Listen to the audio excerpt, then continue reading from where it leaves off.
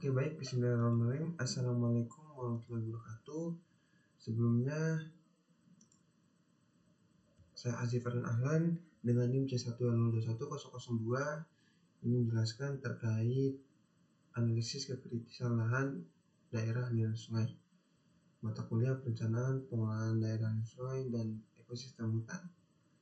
Oke, langsung saja kita masuk ke latar belakang. Daerah aliran sungai atau DAS merupakan suatu wilayah daratan yang secara topografi dibatasi oleh punggung gunung yang menampung dan menyimpan air hujan untuk kemudian menyalurkan ke laut melalui sungai utama. Nah, sungai ini sangat banyak dibagi, baik itu dari sungai utama, sub sungai, maupun dari sub sungai atau sungai yang lebih kecil.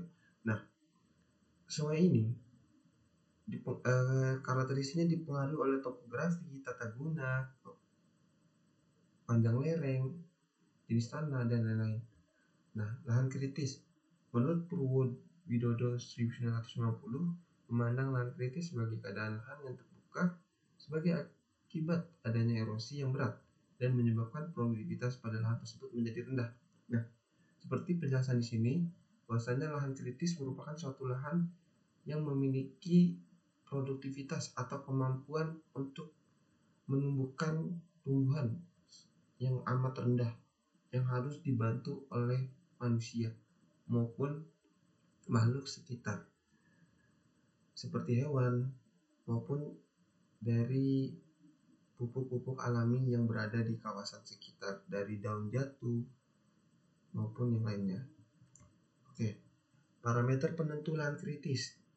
Pada jurnal yang saya ambil ini, adapun parameter penentu lahan kritis berdasarkan Permenhub nomor P32/Menhub 2/2009 meliputi 4 poin. Yang pertama ada penutupan lahan, yang kedua ada kemiringan lereng, yang ketiga ada tingkat bahaya erosi, yang keempat ada manajemen lahan.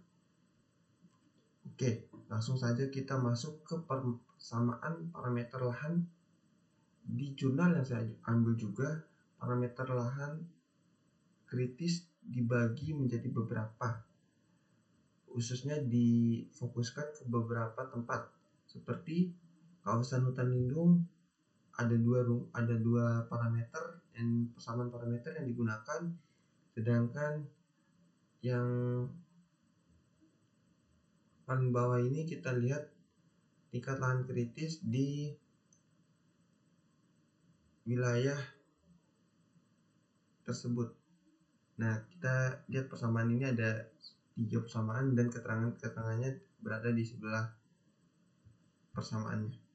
Oke, langsung lanjut saja ke hasil dari pembahasan. Analisis kekritisan lahan. Pertama, kawasan hutan lindung.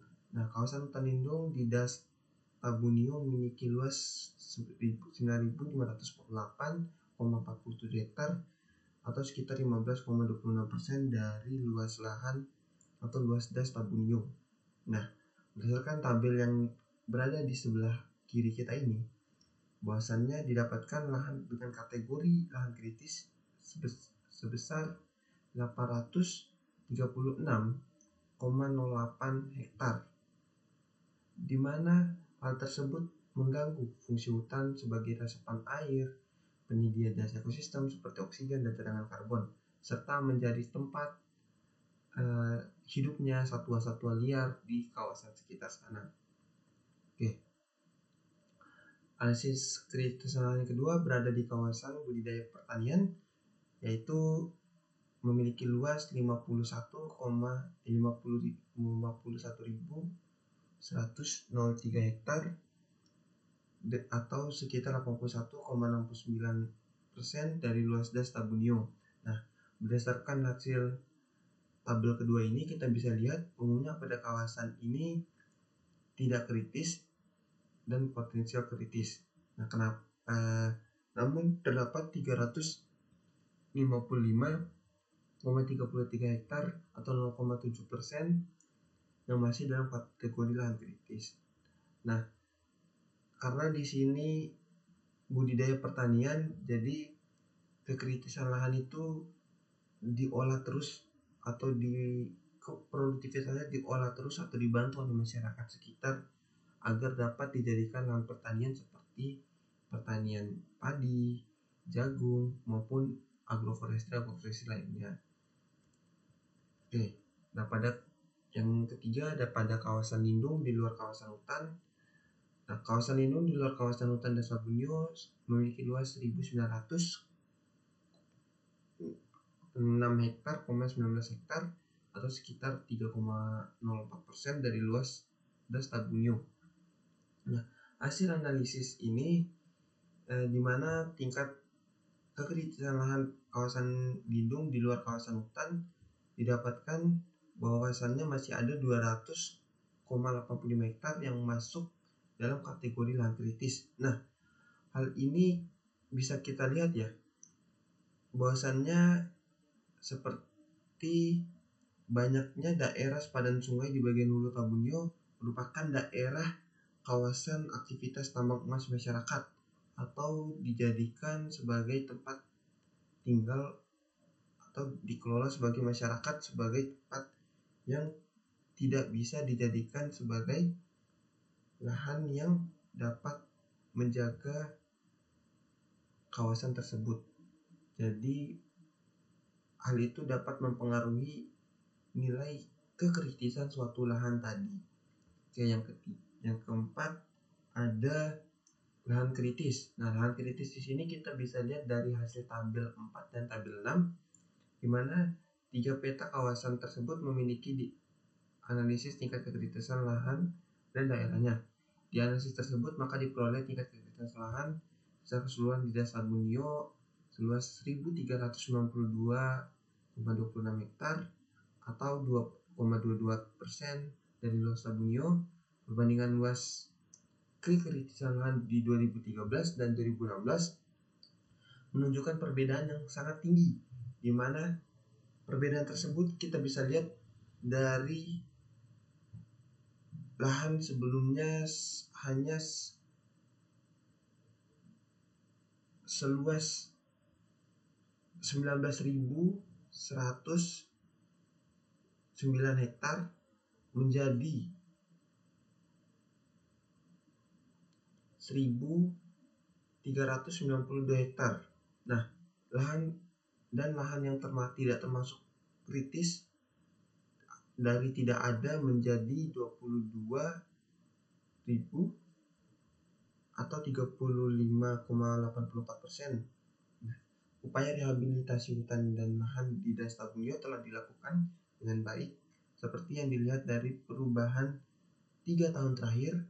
Daerah dengan kategori sangat kritis dan kritis berkurang karena adanya perubahan penggunaan lahan, perkebunan, kelapa sawit, dan karet, maupun adanya kesadaran masyarakat akan kerusakan lingkungan yang dapat mengakibatkan banjir maupun hal lainnya. Oke, lanjut. Dari lahan kritis ini yang kedua kita dapat lihat dari perbandingan di 3 tempat, dimana di tabel 5 kita bisa lihat luas lahan kritis di Desa Bunyo tahun 2016 dan di gambar 3 ini berupa grafik. Nah, berdasarkan hasil yang diperlihatkan pada tabel 5 dan gambar 3, terlihat bahwa lahan kritis di Desa Bunyo dominan berada pada area hutan lindung. Pengelolaan kawasan hutan lindung merupakan tanggung jawab Kementerian Lingkungan Hidup dan Kehutanan untuk menjaga fungsi hutan lindung sebagai daerah resapan air dan penyedia jasa lingkungan. Lainnya, berdasarkan peta sebaran pada lampiran 2, terlihat bahwa area lahan kritis berada pada bagian hulu dengan kelerengan terjal dan sepanjang aliran Sungai Tabunio. Nah, karena daerah hutan lindung ini merupakan hutan yang sangat krusial bagi kehidupan masyarakat besar atau masyarakat sekitar hutan khususnya. Jadi perlu dilakukannya perlindungan atau pengelolaan kawasan hutan lindung lebih intensif untuk mengurangi tingkat lahan kritis yang berada di hutan lindung ini.